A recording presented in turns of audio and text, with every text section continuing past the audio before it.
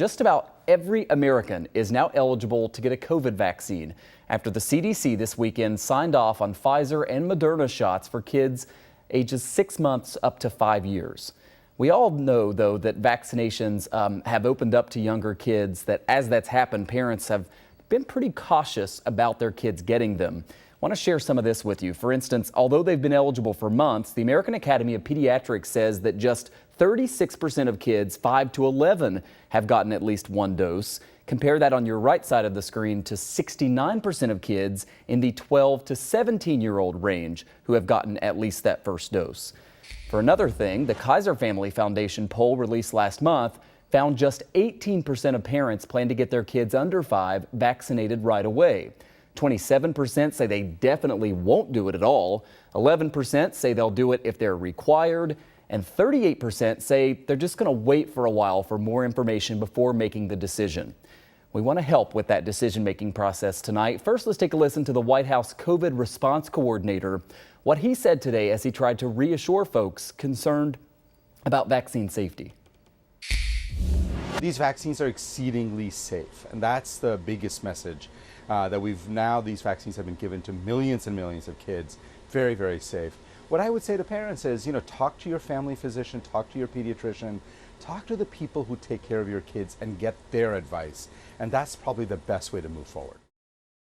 Joining us live right now to answer some of the most common questions we've gotten from parents is Dr. Turkovich, Chief Medical Officer at Oishei Children's Hospital. Always great to have you on. A lot of the comments that we got about this today kind of boiled down to two things in particular. We don't know the long-term side effects of the vaccines, and the vaccines don't actually do much in terms of protecting you from catching the virus. Can you address those two issues, the efficacy of the vaccines, and then also, this idea of side effects?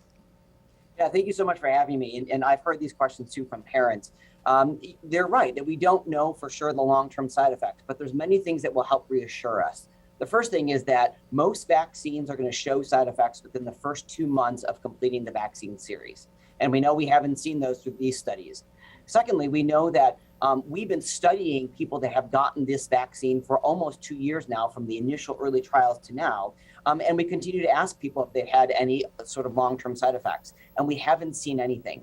And then thirdly, we know that mRNA vaccines and the mRNA technology has been around for actually over a decade, both in vaccines like Ebola as well as in cancer therapy, and they've also been proven to be safe. So a lot of supporting evidence supports that these are very, very safe. And then the question about catching the virus. These vaccine trials for these particular ones actually do show that it decreases the risk of getting the virus. And so it does protect you, and most importantly, it protects you from serious illness. You certainly have heard, as we have, from people who say that, kids aren't in as much danger here, right? If they do catch the virus, they're unlikely to end up in the hospital or tragically die from it like someone who is older.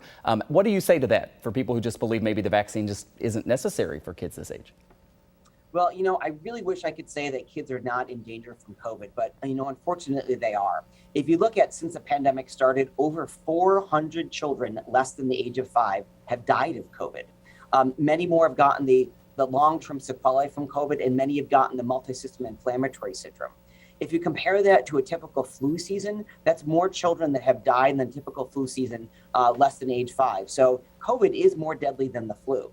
Here at Oishei, we've had over 230 kids admitted less than age of 5 with symptomatic COVID since the pandemic started, and over 40 of them required critical care in the pediatric ICU. So although people like to feel reassured that COVID isn't that bad in kids, unfortunately, the reality is the opposite. It can be very serious in children. We just shared some poll numbers there, again, showing about 1 in 5 parents says, I want to get my kid vaccinated just as soon as I possibly can, talking in this younger age range. Among those folks who are right now maybe mapping this out, perhaps they want to get it as early as tomorrow, they may have the question of the Moderna vaccine or the Pfizer vaccine. I mean, we've talked about this a lot over the past couple of years because there were sort of some differences between the two. In terms of what we know right now between these two options, anything that parents should know as they're choosing? I would say go with the one that's most readily available to you first. But from a practical perspective, I know many people want to have their children fully vaccinated before they start back at school or daycare in the fall. And the biggest difference between the two is Moderna is a 2-dose series and Pfizer is a 3-dose series. So you're going to be able to achieve full immunity from the Moderna vaccine sooner. And so that may be a practical consideration for people. So if that's where your goals are, I would then choose Moderna. At this point in the pandemic, so much of our life seems pretty much back to normal right now, right? I mean, close to 80% of Americans have gotten at least one dose of a vaccine. Cases continue to drop here in Western New York. There is a little bit of an uptick right now nationwide in some pockets, but there is this argument that maybe there isn't as much need to be mounting this big vaccine campaign right now, except with older Americans. Do you worry about that sort of, we've all just become so used to this and it's hard to get people's attention and make them think about how important it is to do this? Yeah, I know. I totally understand that we are feeling like things are back to normal, and we're very fortunate that cases have dropped here. If you look at over the last 2 years, what's happened is as the weather gets colder in the fall and the winter, cases go up. We also know that new variants are continually evolving and developing, more so than actually the flu develops. And so because it takes several weeks in order to achieve the immunity, in order to protect ourselves from in the fall and the winter, it's best to get vaccinated now because we fully expect new waves to be coming this fall and this winter. So why not get protected now? Finally, Dr. Turkovich, I've got about a minute left. What are you hearing from parents? Because obviously you've been having these conversations for a while. I mean, this vaccine for ages 6 months up to 5 years has been in the works for a while now. What have the conversations been like that you've had with your patients' parents? They're very much like this. People have a lot of questions. They really want to understand, what did the study show? And they ask me, would I do it for my kids? And as you know, as I said on the program before, both of my children got vaccinated the day they were eligible. They're 9 and 11, so they were back in the fall. But certainly, I always recommend for my patients to do what I would do, and that is to get vaccinated. We've been talking with Dr. Stephen Turkovich, Chief Medical Officer at Oishei Children's Hospital. Always great to see you. Thank you for your time.